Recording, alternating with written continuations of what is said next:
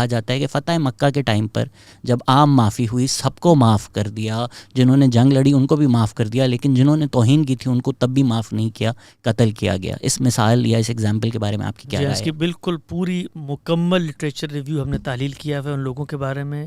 ان میں وہ لوگ شامل ہیں جو قتل کر کے بھاگے ہوئے تھے، وہ مجرمین تھے، جنگی مجرمین تھے، ان کو معافی نہیں دی جا سکتی تھی اس لیے کہ انہوں نے لوگوں کے حقوق تلف کیے تھے.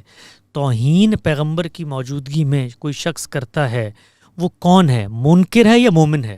منکر ہوگا نا، مومن تو کر نہیں سکتا. اگر وہ منکر ہے اور پیغمبر کی موجودگی میں موجود ہے، انکار کر رہا ہے، توہین نہ بھی کرے تب بھی مارا جانا ہے اس نے. تو یہ جو مثالیں لا کے دیتے نا، توہین نہ بھی کرے تب بھی مرنا ہے اس نے، تب بھی زمین کے پیٹ سے اس کا صفایا ہوگا.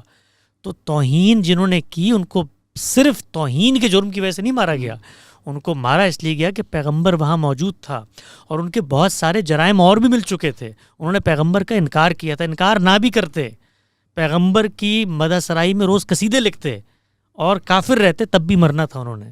تو اس طرح کی چیزوں کو علمی مطالعے سے لوگ گزاریں، ان تمام مثالوں کو، ان کے کریکٹرز کو، ان کے سیکوینس آف ایونٹس کو خود ان کی کتابوں میں جو کچھ لکھا گیا ہے.